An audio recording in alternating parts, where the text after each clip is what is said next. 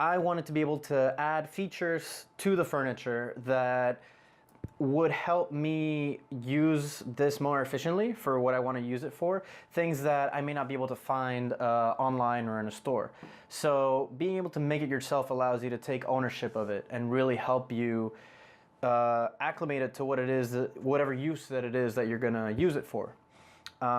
Originally, I was going to actually stack one of these tables on top of another, but I can actually decide to make an L, I can decide to actually stack them, or what I've done is actually put them along for 12 feet of desktop. So online, butcher's block tables can cost you somewhere around $300 on the cheaper end. Once you start to get to this sort of construction, this industrial look that I went for is using a butcher block top and black steel plumber's piping for the bottom.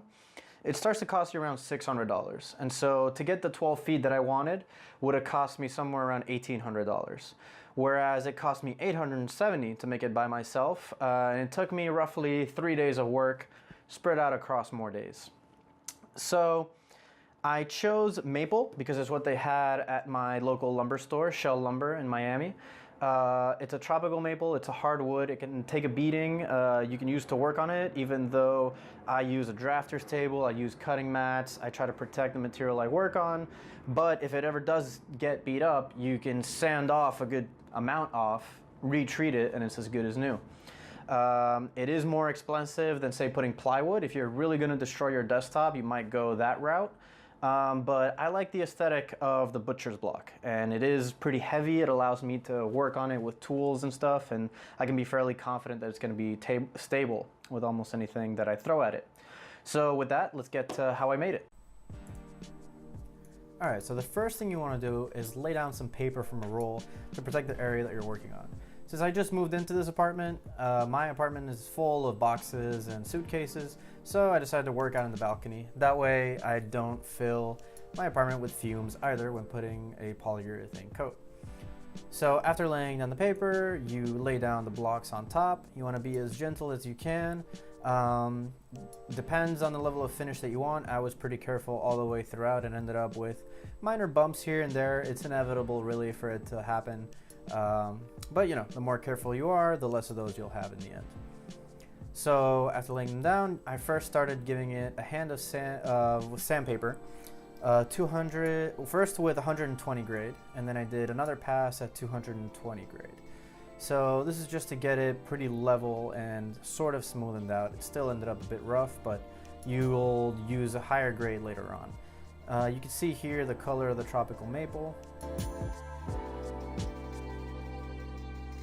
After sanding, I rubbed down the surface of the butcher's block with a moist towel or rag, just to get rid of that excess that may be left on there from sanding.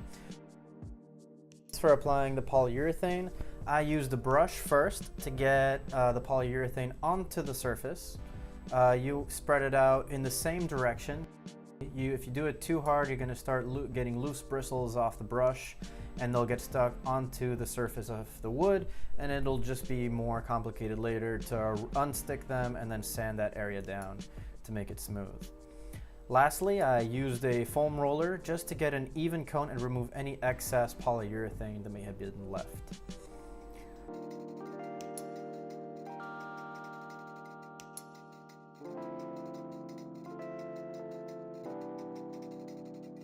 Three hours later, I used a really soft wire sponge to smoothen out after the first coat of polyurethane, and then applied a second coat 3 hours after the first coat.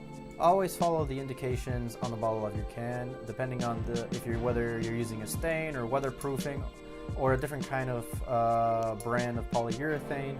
The instructions may be different for yours. So once you do that to both sides of the butcher's block, it's time to get on with the piping. Depending on the configuration that you want to do, you'll have different length of pipes. And they insert into the T's. So you can also use outlet T's, which go 4 ways, but I decided for the sake of simplicity and the fact that Amazon sells the T's in large quantities, I configured my table to just use T's and not use outlet T's.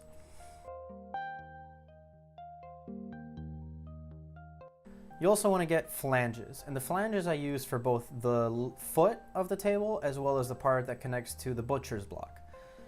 So you want to make sure that for each table you get a set of 8 if you're going to have 4 legs. So for me that was a total of 24 of them. You also want to get these pads, prevents any scratching of your floor, and also allows you to slide the tables around more easily. So the reason this piece is plastic is actually a mistake that I made, but I actually saw an opportunity here. Because I ordered, even though I checked several times, it seems that I ordered the wrong size flange. It was 1 inch while my piping was 3/4 inches.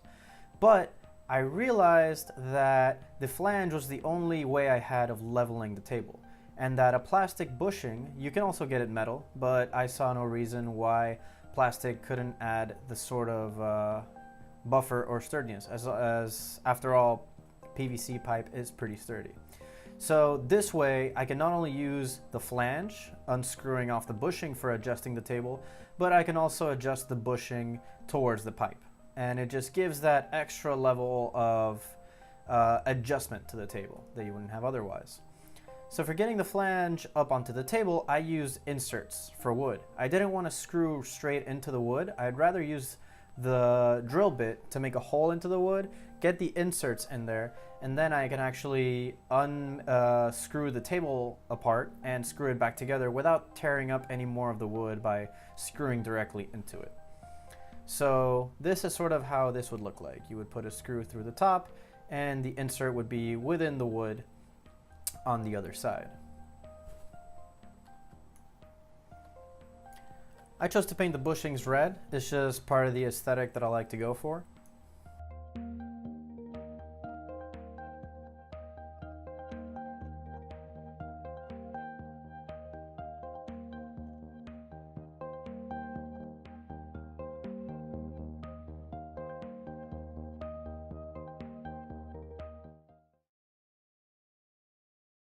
So when putting your legs together, you want to screw them all the way as tight as they can go on every single joint, and then unscrew about 1 or 2 turns each. Now what this is going to allow for is the fact that if you screw everything tight together and then you leave it that way, if you ever take the desk apart and want to put it back together somewhere else, you're gonna have to get the same configuration, you're gonna have to screw them to the same point. Whereas if everything is a little bit loose, you have a little bit of play, and ultimately it doesn't affect the sturdiness of the table. So after getting all your legs together, you want to place it on the underside of your butcher's block in order to measure all sides and make sure that you get it square right where you want it.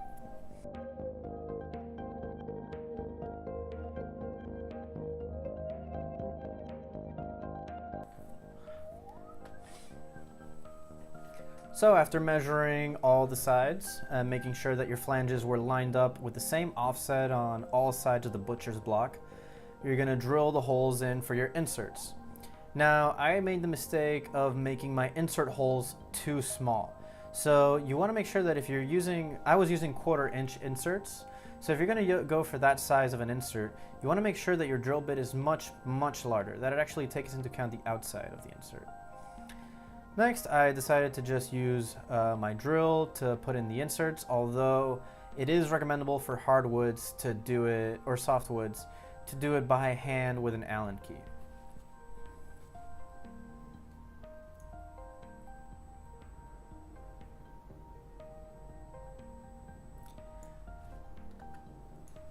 So as you noticed, there might be some chipping from inserting the inserts into the wood. So you just want to sand those down smoothly if you get your inserts flush. And next, just use any sort of wrench to get those, or socket wrenches, to get those screws in from the bottom. Or if you're using Phillips or anything else.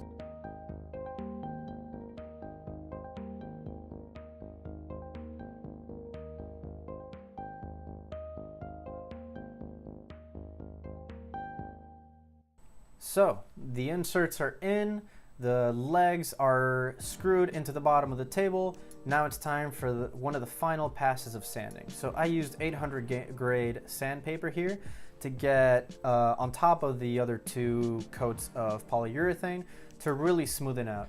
You can see on the left side of the shot here how the light is hitting the table that there's rougher parts of the wood, so you want to pay special attention to those areas.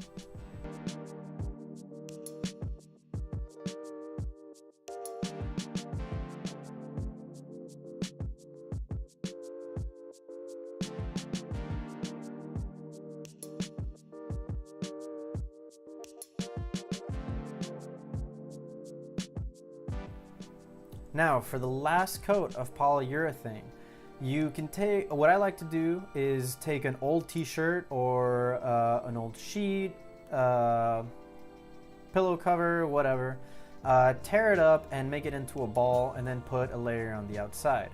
You can then use part of a plastic bag and an elastic band to wrap the back of it so that you don't get any flakes of the cloth onto your staining or onto your table.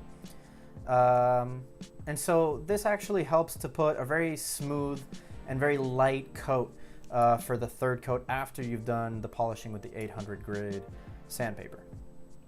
Also, I may have put an excess of polyurethane in the beginning and got drips on the sides. So when I applied this coat, most sides didn't show them after I applied this coat, but some still did. I didn't dislike the aesthetic of the dripping. I actually liked it quite a bit and decided to leave it for that reason. But if you don't like it, you can always sand it outside once the table is put together. I do recommend to do it after it's all done because it's just easier to work with the sides of the desk that way.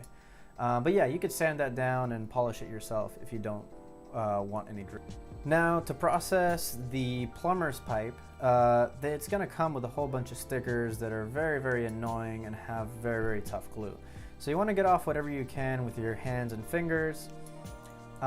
Then what I did was I used a steel sponge again to get off any excess of the sticker that's left there and any sort of glue.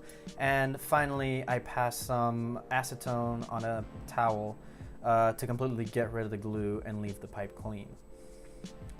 Some stickers are going to be more annoying than others, so you want to be careful not to scratch the pipe too much, but at the end use some paste wax or any other sort of protective coating for the plumber's pipe just so it won't rust in general, but especially after having to deal with these annoying stickers.